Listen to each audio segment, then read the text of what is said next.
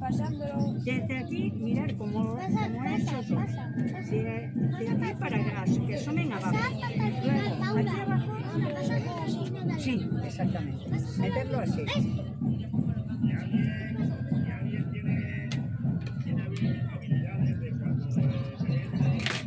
Toma, irla repartiendo. Una cuerdecita para cada uno. Tienes que meterlos de arriba para... A ver, cariño, déjame. Es que el tuyo lo hemos hecho desde aquí. ¿Qué les estás enseñando a los niños, Van a Margarita? hacer una libretita de 4 hojas, toda con papel reciclado. Que este papel lo reciclaron otro año. Ahora lo van a encuadernar en forma artesanal cosido. Y le tengo que cortar aquí un poco.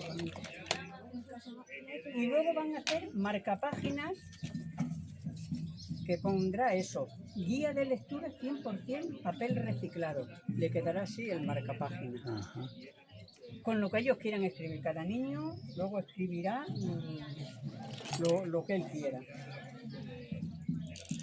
Pero es que no va a cortar.